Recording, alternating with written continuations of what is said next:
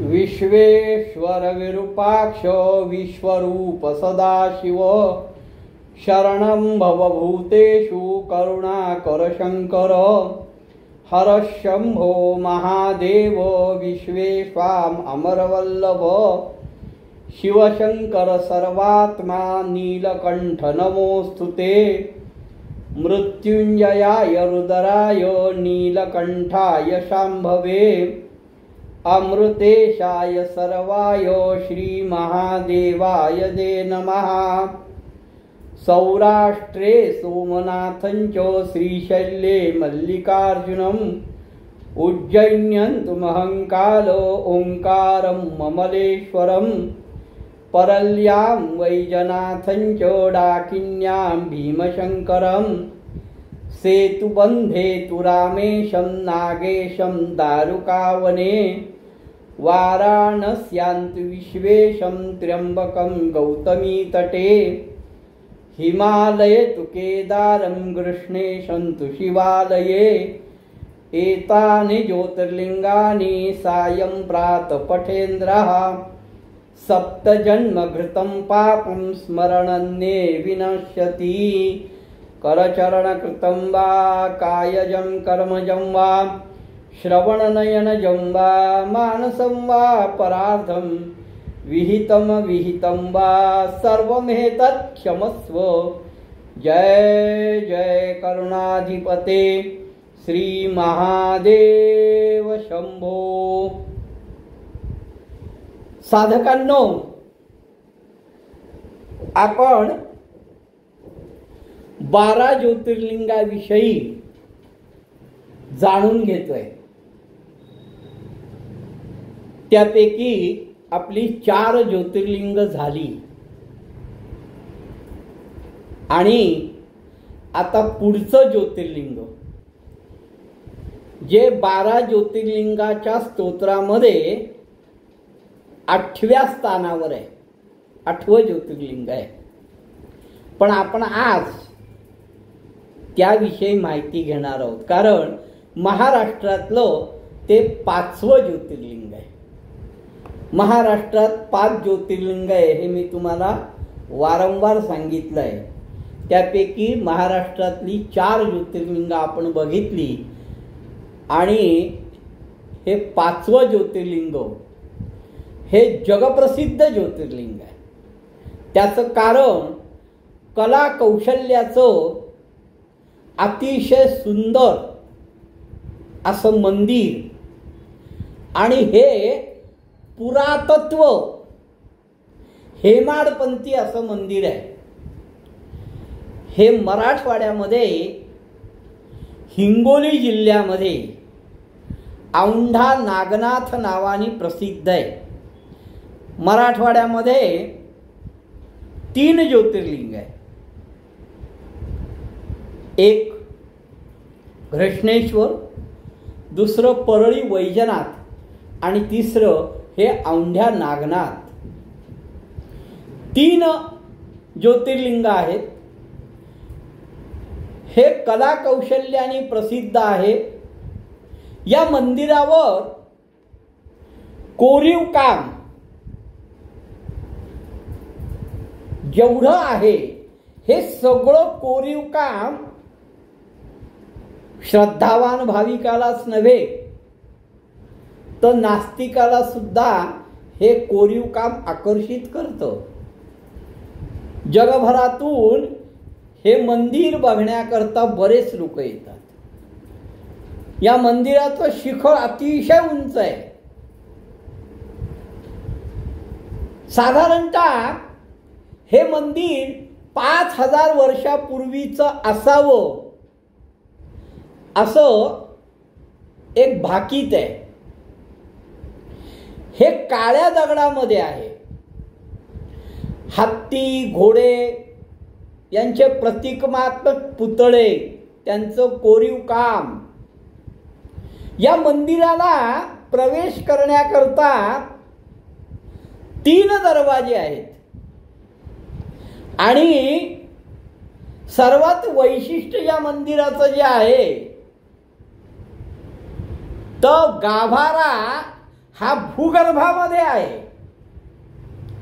म्हणजे तुम्ही आत गेल्यानंतर तुम्हाला खाली भूगर्भामध्ये जावं लागतं आणि भूगर्भामध्ये प्रवेश केल्यानंतर या ठिकाणची भगवान शिवाचं शिवलिंग तुम्हाला बघायला मिळतं. बरं, नुसतं शिवलिंग नाही तर शिव आणि विष्णू यांचं हे प्रतीक मानलं जातं. म्हणून या लिंगाला हरिहर असंही नाव संबोधलं जातं. या ठिकाणी बेल, दुर्वा, तुळस आणि नारळाची आरास पण केली जाते. शंकराचं दर्शन या ठिकाणी अतिशय शांत वातावरण आहे, कारण भूगर्भामध्ये आहे.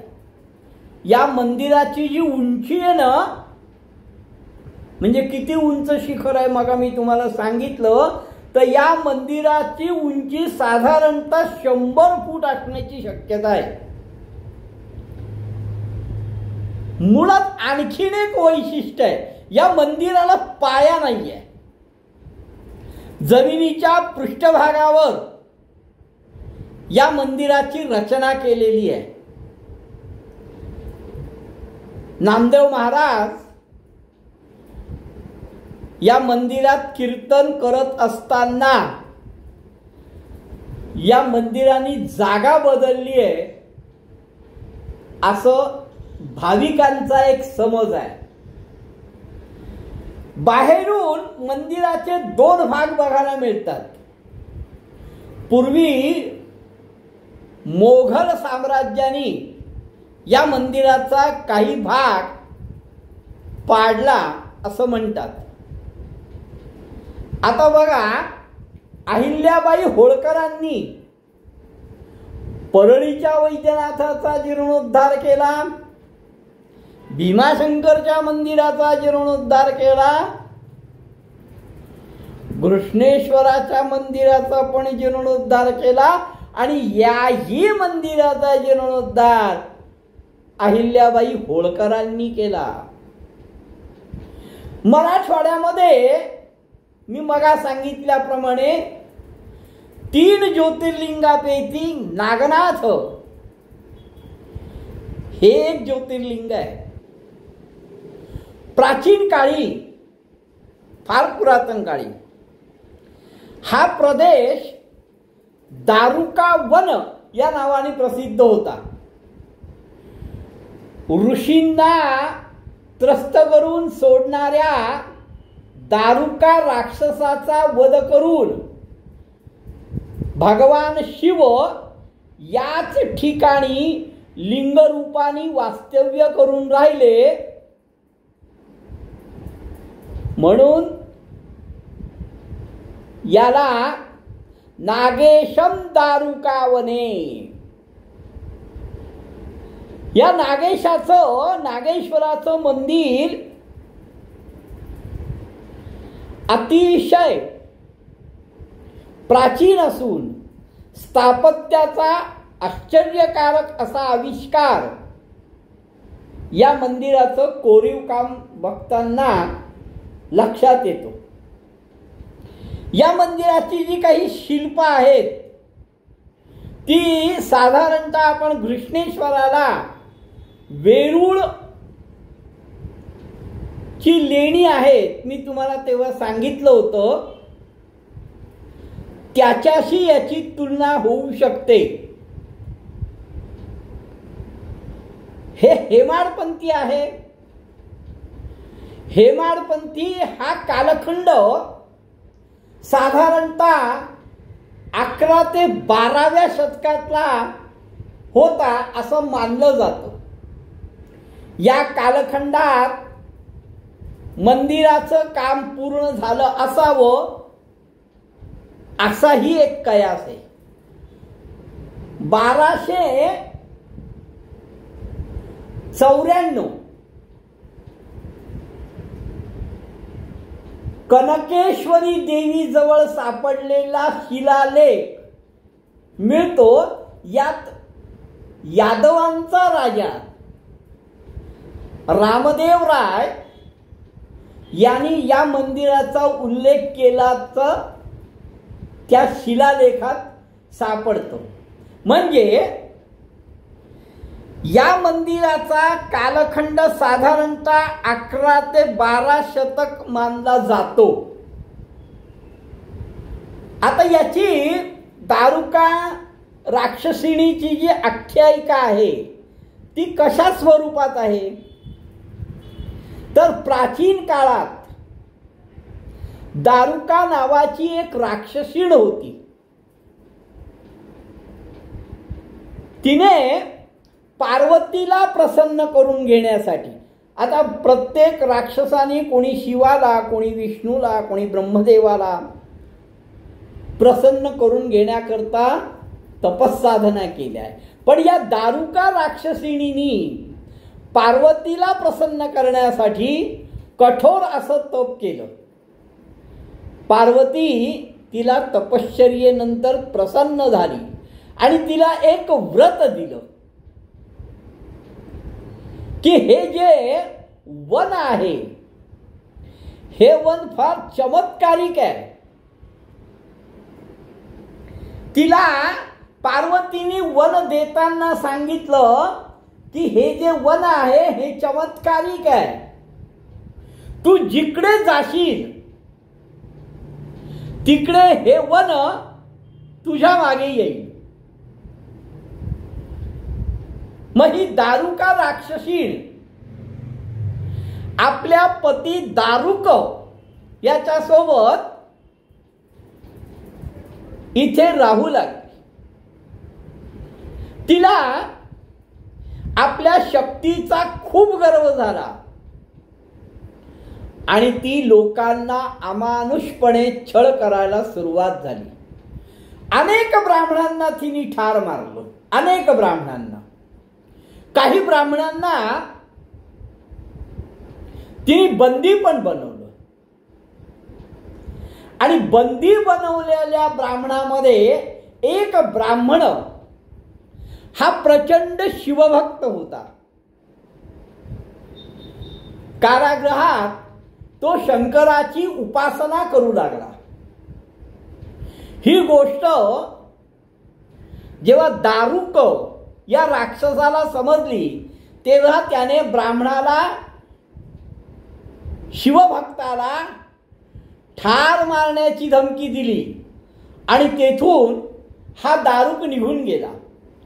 काही काळानंतर त्या ब्राह्मण शिवभक्ताने पुन्हा शंकराची उपासना सुरू केली. दारुकाला हे समजताच तो पुन्हा धावत आला. त्याने लाथेने या ब्राह्मणाची शिवपूजा मोडून टाकली आणि तो ब्राह्मणालाच ठार मारायला निघाला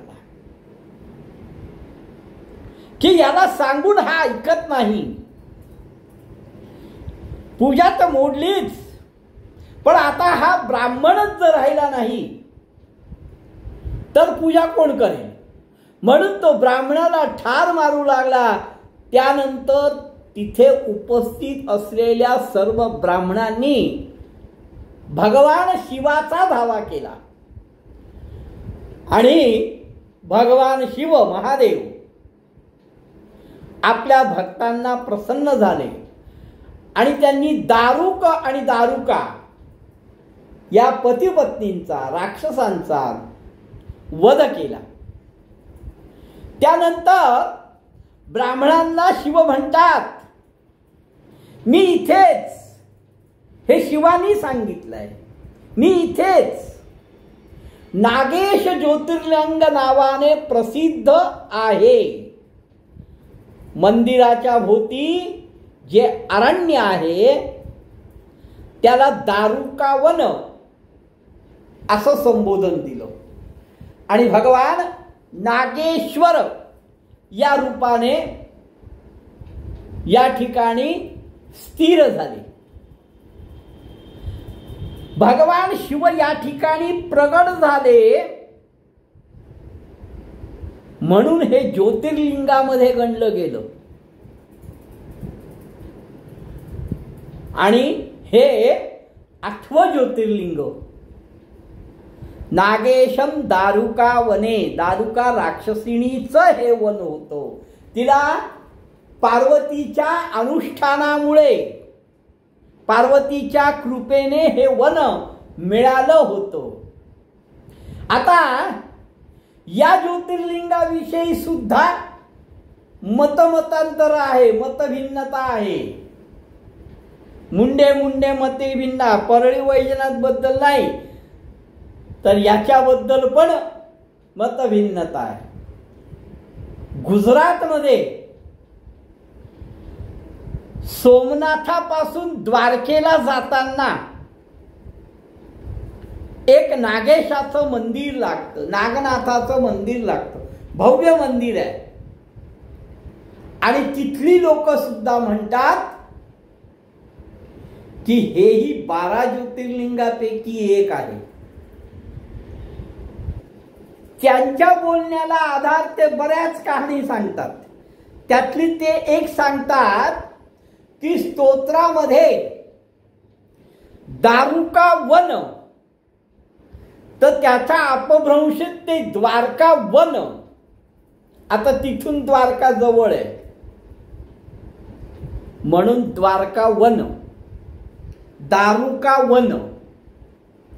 आणि ते हेच नागनाथ म्हणून तिथले लोकही 12 ज्योतिर्लिंगापैकी ते एक ज्योतिर्लिंग आहे असं मानतात. पण माझ्या मते शिव ज्या ज्या ठिकाणी असेल ते माझ्या दृष्टीने पवित्र आणि साधने करता योग्य असंच ठिकाण आहे. शिव काही फक्त त्र्यंबकेश्वर, घृष्णेश्वर, अमरेश्वर, केदारेश्वर, वैद्यनाथ अशाच ठिकाणी असं नाही. अहो एवढंच कशाला आमच्या नर्मदा परिक्रमेमध्ये असं म्हटलं जातं की नर्मदे के हर कंकर में शंकर है. तुम्ही जर नर्मदा किनारी गेलात तर तुम्हाला हे आवर्जून ऐकायला मिळेल की यहाँ हर कंकर में शंकर आहे. म्हणजे प्रत्येक खड्यात शंकर आहे. त्यामुळे या तथाकथित वादांकडे लक्ष न देता आपण एकाग्र चित्ताने नागनाथाला, भगवान शिवाला प्रार्थना करावी. भगवान शिव हा भोळा आहे. भगवान शिव हा वर देण्यामध्ये श्रेष्ठ आहे असं माझं मत आहे. त्यामुळे या भगवान शिवाशी नतमस्तक व्हावं, कारण हा आद्य गुरु आहे. पुन्हा आलोच नेहमीप्रमाणे. शिव हा आद्य गुरु आहे. समाधी अवस्था कशी असावी हे शिवाकडून शिकायला मिळतं. त्यामुळे या कुठल्या वादामध्ये पडण्यापेक्षा भगवान शिवाची एकाग्रतेने पूजा करावी.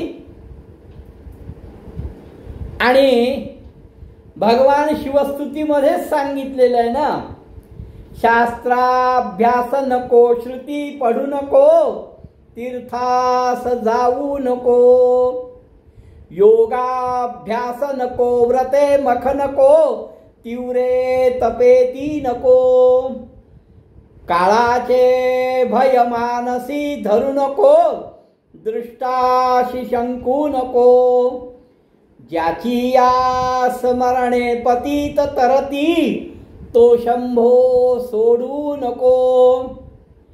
तुम्ही म्हणाल नागेशाबद्दल जरा कमी सांगितलं. भगवान शिवाबद्दल, नागेशाबद्दल सांगण्याकरता भरपूर आहे. पण जे महत्वाचं आहे, हे दारुकावन याचं नाव का पडलं, या मंदिराचं वैशिष्ट्य काय आहे, याबद्दल खरं सांगणं महत्वाचं होतं. म्हणून मी आज दारुकावन नागेश याविषयी ही थोडक्यात तुम्हाला माहिती दिली. आता याच्या पुढचं महाराष्ट्रातले 5ही ज्योतिर्लिंग झाले. आता याच्या पुढचं 6वं ज्योतिर्लिंग उद्या माझ्या अतिशय आवडीचं, कारण दोन्ही दृष्टीने मी उद्या ज्या ज्योतिर्लिंगाविषयी सांगणार आहे ते ओंकारम ममलेश्वरम. ओंकारेश्वर नाही, ममलेश्वर ज्योतिर्लिंग आहे. ते जास्त आवडीचं काय आहे तर त्या ठिकाणी माझी नर्मदा मैया आहे. बऱ्याच जणांचं परिक्रमेचं सुरुवात होण्याचं ठिकाण आहे. परिक्रमेची पूर्तता त्याच ठिकाणी आहे. परिक्रमेची सांगता तुम्ही कुठे जरी परिक्रमा संपवली तरीही नर्मदेचं जल ज्या ठिकाणी वाहिलं जातं ते ओंकारम ममलेश्वरम. उद्या आपण या 6व्या ज्योतिर्लिंगाविषयी बघणार आहोत. नमः पार्वती पते हर हर महादेव.